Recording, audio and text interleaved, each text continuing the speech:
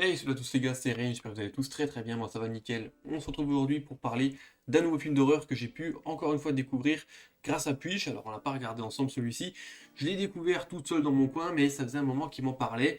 C'est un film du studio de production Necrostorm, donc c'est déjà très indépendant, hein, là on peut le dire. C'est en plus produit donc en Italie, donc c'est un film italien d'horreur très gore en FPS, et donc on va parler tout de suite de Hotel Inferno, c'est parti.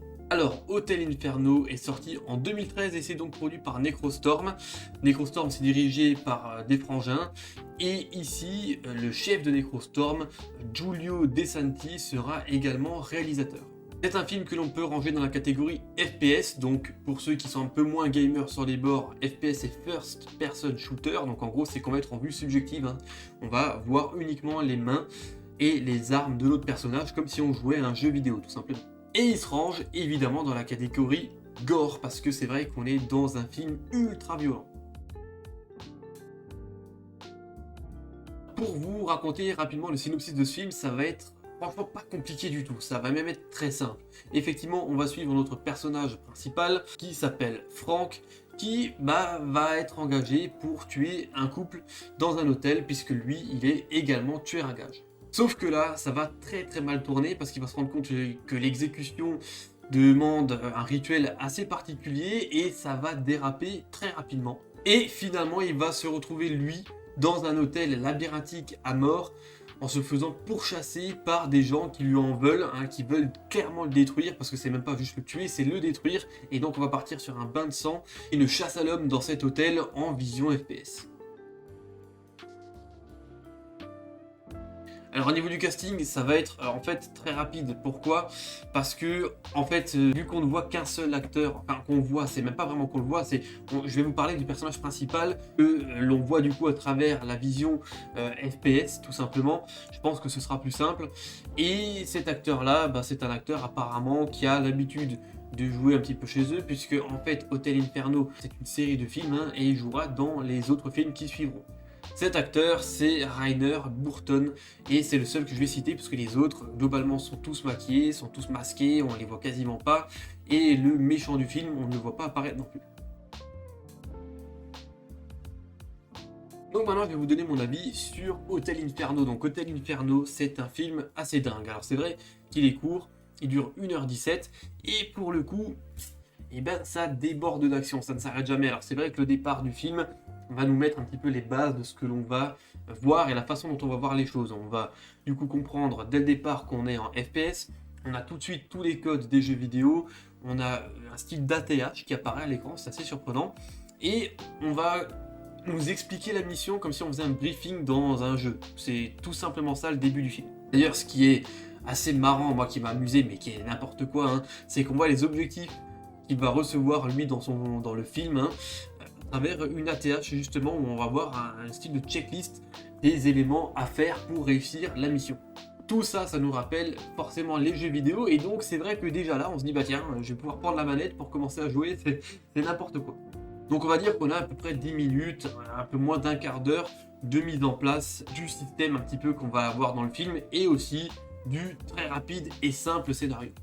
Et à partir de ce moment-là, on va tout de suite commencer par une scène ultra violente, puisque pour commencer le film, effectivement, notre personnage va devoir exécuter sa mission. Donc il va aller à l'encontre du couple qu'il doit assassiner, et à partir de là, donc on a le premier meurtre, et c'est ultra violent. Alors forcément, il y a zéro budget, ça je suis pas obligé de vous le préciser, alors je pense que vous l'avez compris très rapidement, et donc c'est ultra gore, et c'est fait avec des effets, les moyens du bord. On a de la grosse prothèse, on a du gros liquide rouge, pour représenter du bon gros sang. On a aussi, je pense, hein, quelques effets spéciaux franchement fabriqués à la main au niveau des cerveaux, des trucs que l'on voit, c'est complètement dingue, hein.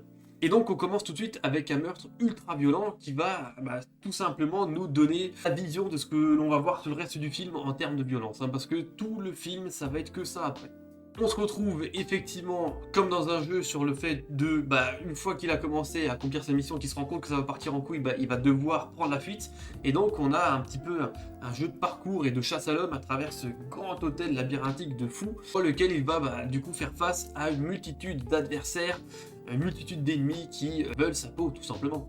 Et tout ça, ça va mener à une multitude de scènes d'action. C'est vrai que au départ, je m'attendais pas à ce que ce soit, je m'attendais à ce que ce soit très violent, surtout avec les dires de Puich, mais je m'attendais pas à ce que ça déborde d'action à partir du moment où l'histoire a vraiment débuté, parce que c'est vrai que ça ne s'arrête jamais, on ne laisse pas de moment de répit. On a du corps qui explose, on a de la cervelle qui pète, on a des coups de feu, on a des coups de hache, on a des coups de couteau qui font mal, on a la décapitation, on a de la grenade, on a du coup de fusil à pompe, on a du coup de tronçonneuse. Je pense avoir fait un peu le tour, mais vous avez globalement compris qu'on a de tout. Et du coup, ça a créé une multitude de situations qui sont forcément... Ah si, on a des coups de cuvette de chiottes aussi. Si, je me souviens, parce que cette scène est ultra violente. Et elle est plutôt bien faite pour le coup, avec voilà, un crâne qui s'explose sous le coup du...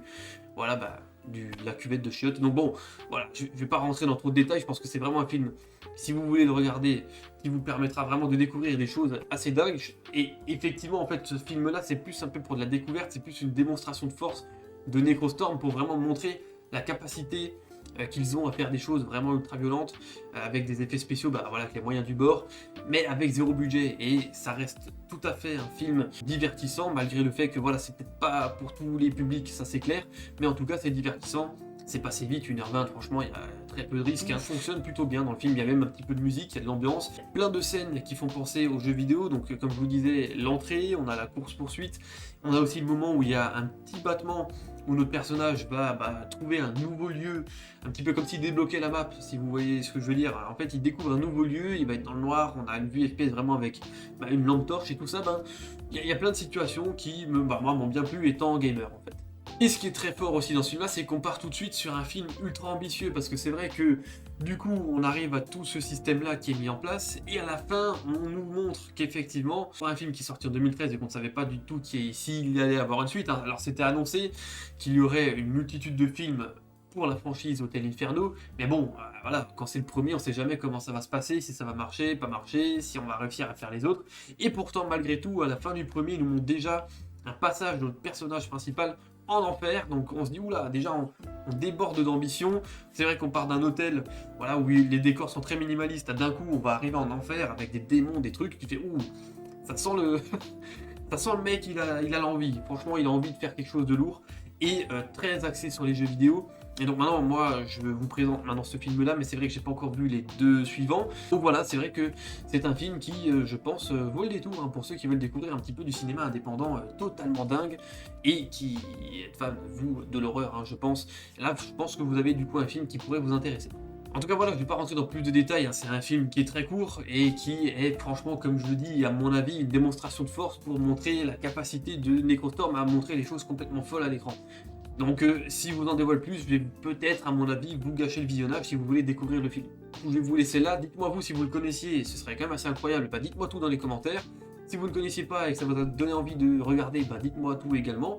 Et puis en attendant, je vais vous laisser là, c'était Terence, portez-vous bien. Ciao ciao.